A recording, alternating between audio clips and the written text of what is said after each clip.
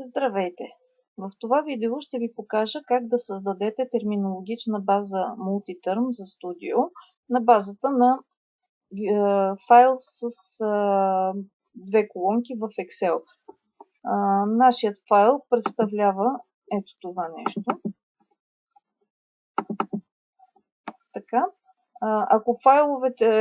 Ако сте създавали глосари в Word, желателно е да ги копирате в Excel. Сега, за да направим таблица за терминологична база за Multiterm, първо ще отидем и ще свалим от SDL App Store, магазина на SDL за приложения, едно приложение, което е много известно, едно от най-популярните може би, което се казва Glossary Converter.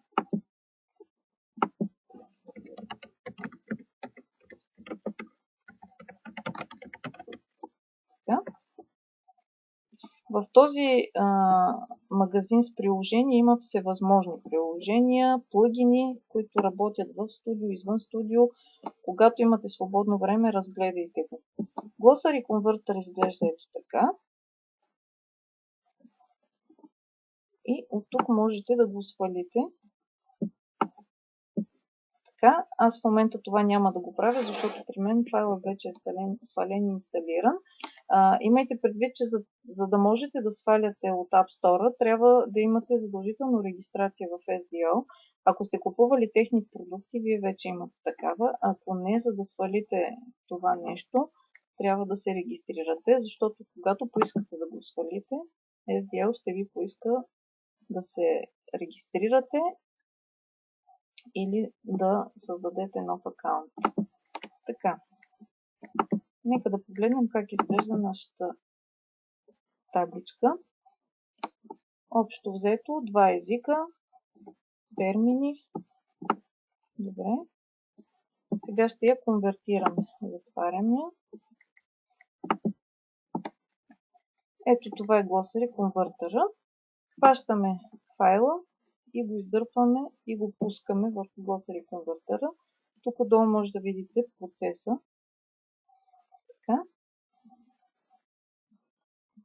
Ето, за секунди беше създадена терминологична база и няколко файла, които са функционални файлове и са необходими, затова не ги трите, въпреки че на вас нищо не ви говорят.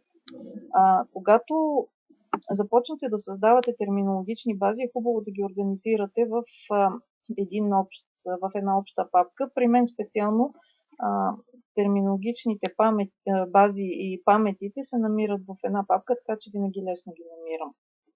Така. Нека да погледнем как изглежда новосъздадената ни база.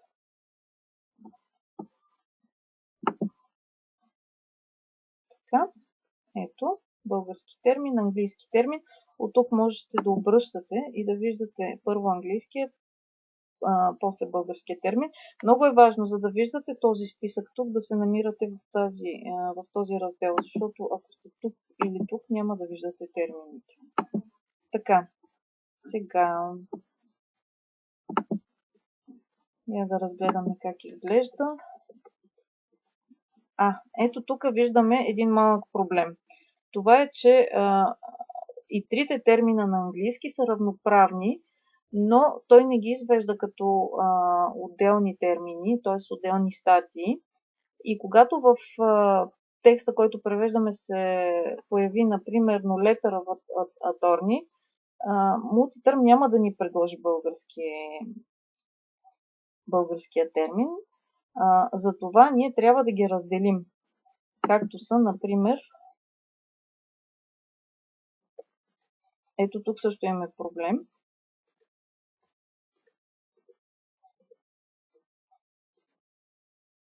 Тук също виждаме два български термина, два английски на един ред. Това не трябва да е така.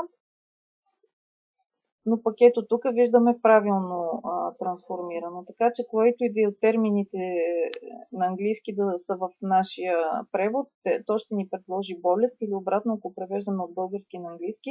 Ако в текста се появи думата болест, Multiterm ще ни предложи и трите термина. Сега, има няколко такива, както ви показах тук. Два български, два английски термина. Адвокатското ни пълномощно. Така. Адресната регистрация, разделена с запетайка. Това нещо ние трябва да го оправим. Така, другия проблем тук е, че вредност и професионална вредност излизат със съответните термини на английски на отделни редове.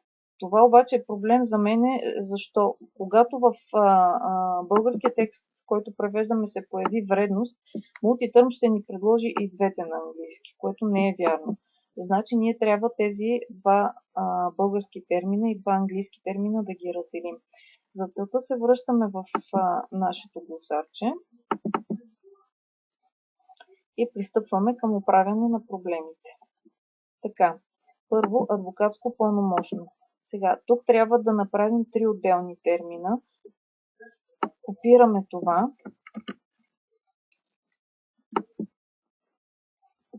Така. И този знак го сменяме с ето този, с два интервала, отпред и отзад задължително. На моята клавиатура той се намира точно над клавиша Enter. Прегледайте вашите и вижте къде се намира. Ето така. Значи имаме три отделни термина, които ще се появят. Ето виждате тук как имаме два термина. Къде беше това? На установявам алиби. Това е доста надолу, няма да го търсим. Така.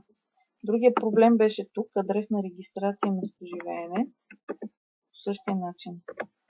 Слагаме това нещо украдено с интервали. Безопасни условия на труд. Техническа безопасност на труда. Също ги разделяме.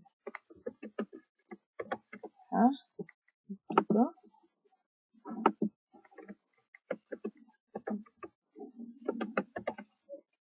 И, както казахме, във вредност трябва да разделим термините отделно.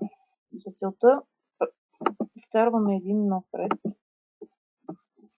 Нека да качим това да го виждаме добре. И разделяме вредност. Отива нагоре.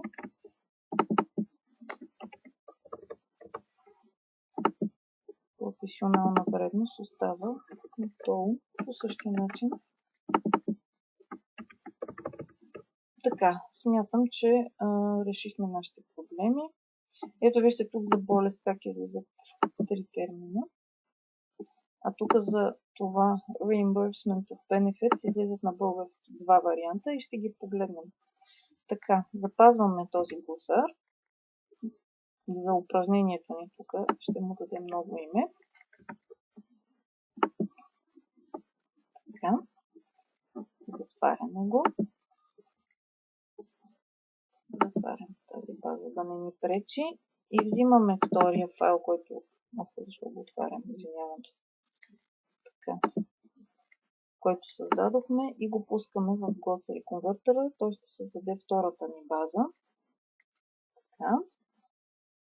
Ако решите да изтриете първата, внимавайте тези файлове да не изтриете тези с съответстващото на втората ни база, на втория ни глосар име.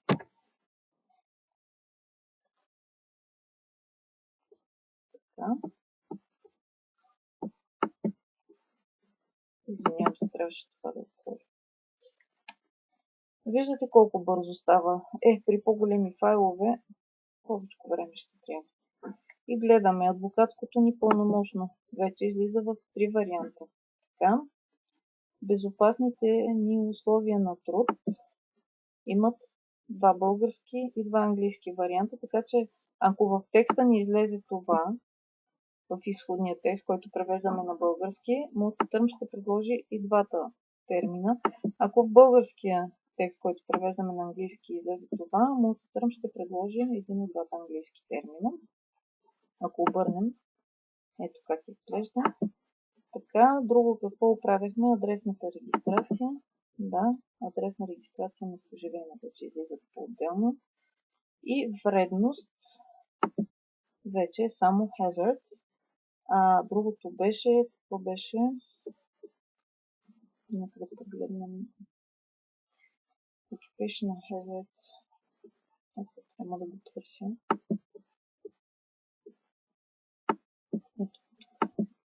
Професионална вредност. Да. Така. Това е за създаване на терминологична база на мултитърм от глосар.